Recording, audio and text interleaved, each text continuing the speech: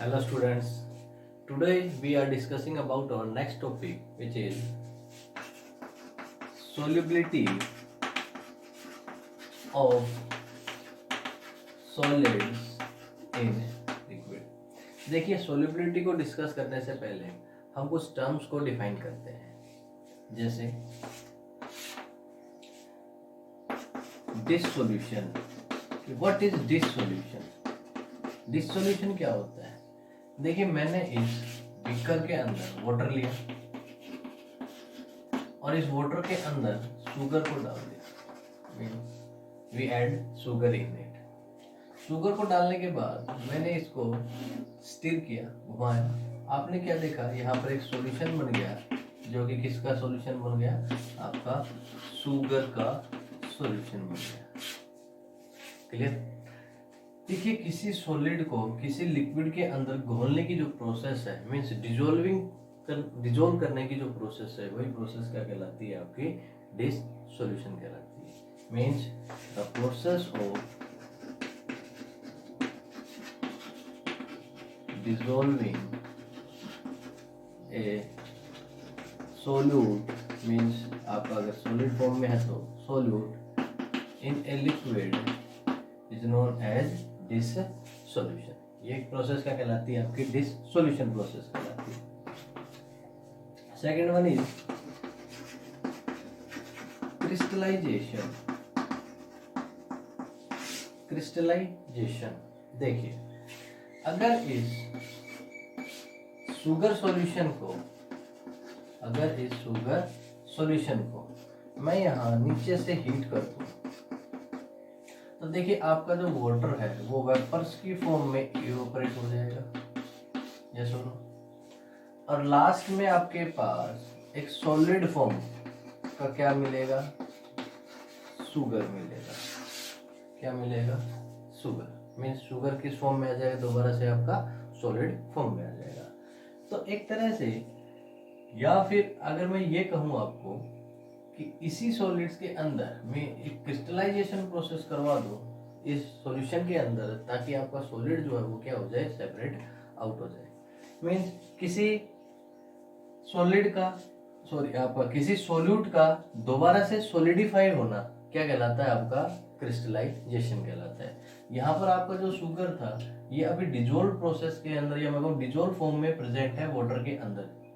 ठीक है, लेकिन जब मैं इसको हीट करूंगा तो क्या हो जाएगा? दोबारा से ये सॉलिड फॉर्म में आ जाएगा. मीन्स द प्रोसेस, ये वो प्रोसेस होती है क्रिस्टलाइजेशन प्रोसेस, वो प्रोसेस होती है जिसके अंदर एक सॉलिड दोबारा से क्या आता है? आपके सॉलिड फॉर्म में आता है. Clear? So what is crystallization? The process in which a solute become solidified and comes out of solution. ये वो प्रोसेस है जिसके अंदर एक सॉल्यूशन के अंदर जो सोल्यूट प्रेजेंट है वो किस फॉर्म में आने लगता है? दोबारा से सॉलिड फॉर्म में. और सॉल्यूशन से क्या होने लगता है? बाहर. मीन्स जब सोल्यूट सोलवेंट में नहीं घुलेगा तो क्या होगा? आपका वो सॉल्यूशन नहीं बनेगा. जैसे जैसे सॉलिडिफिकेशन होगा, सोल्यूट का सॉलिडिफिकेशन होने लगेगा. आपने डिजोल्व किया, पहले किसमें कन्वर्ट हो गया? वो आपका डिजोल्व फॉर्म में कन्वर्ट हो गया. लेकिन फिर आपने क्या किया? उसको सॉलिडिफाई करवाना स्टार्ट कर दिया, तो सोल्यूट वहां से क्या होने लग रहा है? बाहर होने लग रहा है. मीन्स सॉल्यूशन से सोल्यूट अब कहाँ क्या हो रहा है? सेपरेट आउट हो रहा है. तो ये क्रिस्टलाइजेशन प्रोसेस क्या है? ये वो प्रोसेस है जिसके अंदर आपका सोल्यूट क्या होता है? सॉलिडिफाइड होता है और सॉल्यूशन से सोल्यूट बाहर निकलने लगता है. Clear? Next is saturated solution. Next one is saturated solution. Saturated solution. देखिए सैचुरेटेड सॉल्यूशन आप लोगों ने देखा होगा. मान लीजिए आप एक 1 गिलास वाटर लीजिए, आपने उसके अंदर 1 टीस्पून शुगर डाला, आपने इसको स्टिर किया, वो घुल गया. फिर आपने फिर 1 टीस्पून ऐड किया, फिर आपने फिर वन आपने क्या देखा कि 4 टीस्पून उसके अंदर बिल्कुल डिजोल्व हो चुकी है। फिर आपने क्या किया, 1 टीस्पून फिर ऐड किया, 5th टीस्पून, ये आपकी इसमें अब ग्लास के अंदर वाटर में डिजोल्व नहीं हो रही है, ठीक है। मीन्स सॉल्यूशन, ये वो सॉल्यूशन बन चुका है कब, जब तक आपने ये 4 टीस्पून इसमें डिजोल्व की है। अब उस टाइम जो ये सॉल्यूशन है, ये सॉल्यूशन क्या कहलाता है, सैचुरेटेड सॉल्यूशन। इस सॉल्यूशन के बाद आपने एक सोल्यूट डाला, 1 चम्मच शुगर और डाली, मीन्स आपने सोल्यूट डाला और वो सोल्यूट इसमें नहीं घुला, ठीक है। ये प्रोसेस क्या कहलाती है, सॉरी आपका ये सॉल्यूशन क्या कहलाएगा, सैचुरेटेड सॉल्यूशन। मीन्स जब किसी सॉल्यूशन में सोल्यूट घुलना बंद हो जाए तो वो सॉल्यूशन क्या कहलाता है, उस स्टेज पर सैचुरेटेड सॉल्यूशन कहलाता है। Means the solution in which no more solute can be dissolved। Clear. जब किसी सॉल्यूशन के अंदर सोल्यूट डिजोल्व होना बंद हो जाए तब वो सॉल्यूशन क्या कहलाता है, आपका सैचुरेटेड सॉल्यूशन कहलाता है। अब हम बात करते हैं कि सोल्युबिलिटी क्या होती है, ठीक है। सोल्युबिलिटी की डेफिनेशन देखिए, the maximum amount of a solute in ग्राम के अंदर which can be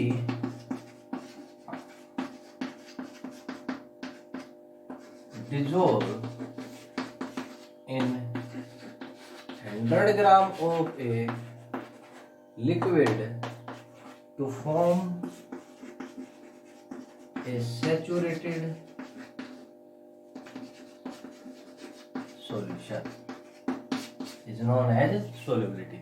देखिए वो मैक्सिमम अमाउंट, वो ज्यादा से ज्यादा अमाउंट किसकी, सोल्यूट की ग्राम के अंदर, किसमें हम डिजोल्व कर सकते हैं, 100 gram of liquid to form a saturated solution. देखिए जैसे मैंने ये एग्जांपल बताया आपको, इस एग्जांपल के अंदर अगर ये 1 गिलास, इस गिलास के अंदर आपके पास मान लीजिए 100 ग्राम वाटर प्रेजेंट था, मीन्स लिक्विड प्रेजेंट था, इसमें आपने क्या देखा कि आपने 4 टीस्पून इसमें ऐड किए, 1 टीस्पून में हम मान लेते हैं कि 5 ग्राम शुगर प्रेजेंट थी, ठीक है, 5 ग्राम शुगर प्रेजेंट थी 1 टीस्पून में, तो टोटल 4 टीस्पून में कितनी हो गई, 20 ग्राम, क्या हो गई 20 ग्राम।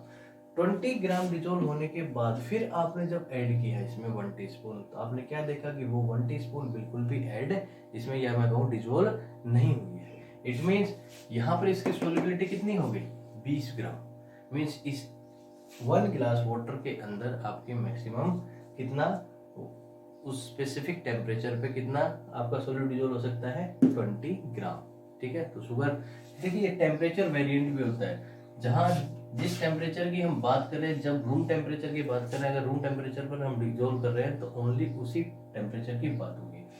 अगर मैं इस टेम्परेचर को थोड़ा सा ऊपर या नीचे, मीन्स या तो इंक्रीज कर दूं या डिक्रीज कर दूं, तो ये आपकी 20 ग्राम की रेंज भी क्या हो जाएगी, फिर आपकी चेंज हो जाएगी। क्लियर।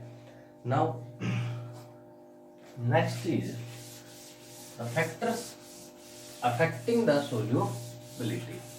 अब देखिए जब हम किसी सॉलिड को लिक्विड के अंदर डिसोल्व करते हैं तो ऐसे कौन कौन से फैक्टर्स हैं जिनके ऊपर डिपेंड करती है किसी सॉलिड की सोल्युबिलिटी, किसमें, एक लिक्विड के अंदर। So first of all is nature of solid, ठीक है, या मैं कहूँ नेचर ऑफ सॉल्यूट, क्योंकि सॉल्यूट हमारे किस फॉर्म में है, सॉलिड फॉर्म में। देखिए आप लोगों ने एक बात तो सुना ही होगा, लाइक डिजोल्व्स इन लाइक, जो जैसा है वो वैसे के अंदर घुलना क्या करता है, पसंद करता है। अगर आपका जो सॉलिड है वो पोलर है तो आपका जो लिक्विड होगा वो भी क्या होना चाहिए, आपका पोलर होना चाहिए। अगर आपका सॉलिड में सोल्यूट नॉन पोलर है तो आपका लिक्विड भी क्या होना चाहिए, नॉन पोलर है, ठीक है। जैसे एग्जांपल में अगर मान लीजिए मैं NaCl का एक एग्जांपल लेता हूँ, तो NaCl एक आयनिक कंपाउंड है, आयनिक कंपाउंड जिसके अंदर पॉजिटिव और नेगेटिव चार्जेस प्रेजेंट है। पोलर कंपाउंड के अंदर भी आप लोग देखते हो कि वहां पर चार्ज सेपरेशन होता है, positive and negative. Non polar में कोई चार्ज सेपरेशन नहीं होता है। क्लियर? अगर मैं बात करूं कि ये किस में, इन दोनों में से किस में डिजोल्व होगा, अगर मान लीजिए आपने बेंजीन ले लिया तो क्या ये उसमें डिजोल्व हो जाएगा? नहीं होगा। क्यों? क्योंकि बेंजीन एक नॉन पोलर सब्सटेंस है। लेकिन अगर मैं इस वाटर को देखता हूं तो वाटर के अंदर आपका क्या है? पोलर है। वाटर क्या है? पोलर सॉल्वेंट है, तो इसके अंदर क्या हो जाएगा? आपका डिजोल्व हो जाएगा। सेम उसी तरह से जैसे एंथ्रासीन है या फिर आपका नेफ्थलीन है, एंथ्रासीन या नेफ्थलीन वाटर के अंदर डिजोल्व नहीं होता है। क्यों? क्योंकि ये नॉन पोलर है। ये किस में डिजोल्व हो जाता है? आसानी से ये आपका बेंजीन के अंदर डिजोल्व हो जाएगा। समझ में आ गया? इट मींस अगर कंपाउंड आपका पोलर है, सॉरी आपका अगर मान लीजिए सोल्यूट या मैं कहूँ सॉलिड जो है आपका पोलर है, तो किस में डिजोल्व होगा? पोलर में। अगर नॉन पोलर है तो किस में डिजोल्व हो जाएगा? नॉन पोलर के अंदर। तो सबसे पहला फैक्टर क्या है? नेचर ऑफ सोल्यूट, कि सोल्यूट का नेचर कैसा है, क्या वो पोलर है या फिर वो एक नॉन पोलर है। Clear? The next factor is, second factor is pressure. Second factor is pressure. अब देखिए प्रेशर का मतलब क्या है? आपका दबाव। किसी चीज के ऊपर क्या डालना? आपका दबाव डालना। अब आप लोगों ने एक चीज को पढ़ा होगा कि solid and liquid are incompressible.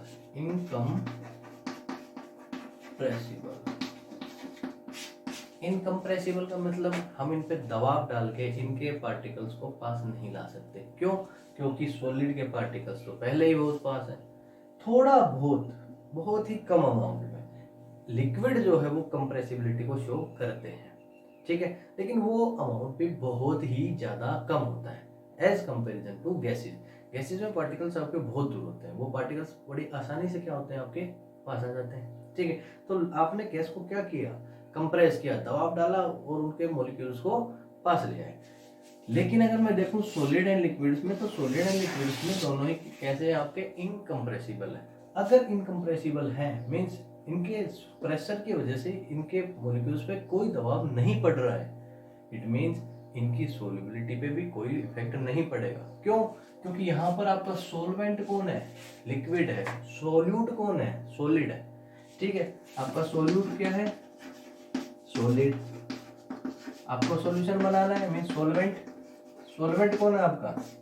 Liquid. दोनों से क्या बना आपका? सॉल्यूशन। आपको सॉल्यूशन बनाना है मींस आप इसकी सोल्युबिलिटी बढ़ा सकते हो या घटा सकते हो, ये डिपेंड करेगा। अभी डिपेंड किस पे कर रहा है? यहाँ पर किस फैक्टर पे? प्रेशर पे। प्रेशर पे डिपेंड बिल्कुल भी नहीं करता। क्यों नहीं करता? क्योंकि सॉलिड एंड लिक्विड दोनों कैसे हैं? इनकम्प्रेसिबल है। क्लियर है? Next factor is means there is no dependency या ऑन द प्रेशर। मीन्स अगर आप प्रेशर यूज करोगे आप किसी सॉलिड को लिक्विड में डिसोल्व करने के लिए, तो उस प्रेशर का कोई इफेक्ट नहीं पड़ेगा। मीन्स कम करो या फिर आप ज्यादा करो। क्लियर?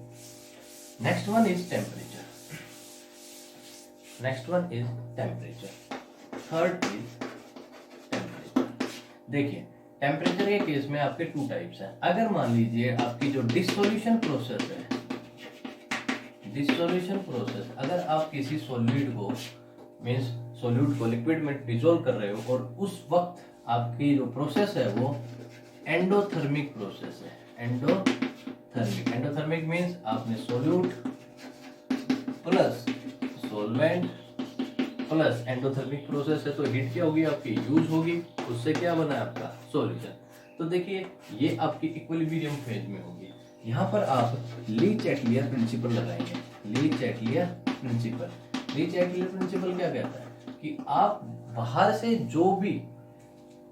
बाहर से कोई भी किसी प्रोसेस के अंदर कोई अगर चेंज करते हो, टेम्परेचर, प्रेशर एक्सेट्रा, मोल्स वगैरह, तो अंदर प्रोसेस में मींस आपका जो सिस्टम है उस सिस्टम के अंदर जो प्रोसेस है उस प्रोसेस में उसका क्या होता है? अपोजिशन होता है, मींस अपोजिट होता है। तो मान लीजिए आपने इस केस में अगर टेम्परेचर को इंक्रीज किया। तो देखिए प्रोसेस फॉरवर्ड डायरेक्शन में जो प्रोसेस जा रही है उस प्रोसेस में टेम्परेचर आपका क्या हो रहा है, डिक्रीज हो रहा है या इंक्रीज हो रहा है। प्रोसेस एंडोथर्मिक है तो टेम्परेचर यहाँ पर means heat, heat as the form of temperature. Temperature यहाँ पर क्या हो गया, यूज हो गया, हीट यहाँ पर यूज हो गई, मींस आगे की तरफ जा रहे हैं तो टेम्परेचर डिक्रीज हो रहा है। और अगर मैं इस प्रोसेस को इस तरफ लेकर के आऊं मींस बैकवर्ड डायरेक्शन में, तो बैकवर्ड डायरेक्शन में ये प्रोसेस होगी तो हीट इवॉल्व हो रही है, इट मींस यहाँ पर टेम्परेचर इंक्रीज हो रहा है। सो अगर मैंने बाहर टेम्परेचर इंक्रीज किया है तो अंदर प्रोसेस में क्या होगा, इसका अपोजिट, इट मींस रिएक्शन किस डायरेक्शन में होगी आपकी, फॉरवर्ड डायरेक्शन में। क्लियर।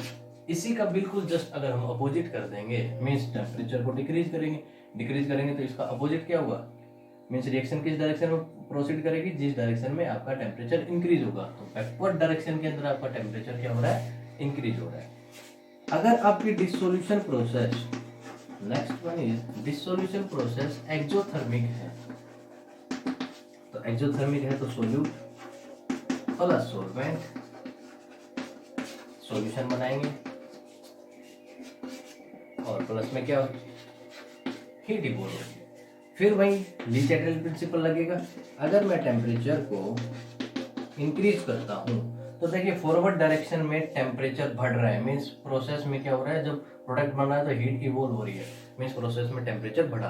हमें इंक्रीज इन टेम्परेचर नहीं चाहिए, हमें तो क्या चाहिए, डिक्रीज इन टेम्परेचर। क्यों, क्योंकि लीचेटल प्रिंसिपल क्या कहता है कि बाहर से जो चेंज होगा अंदर प्रोसेस वो उसका अपोज करेगी, उल्टा करेगी।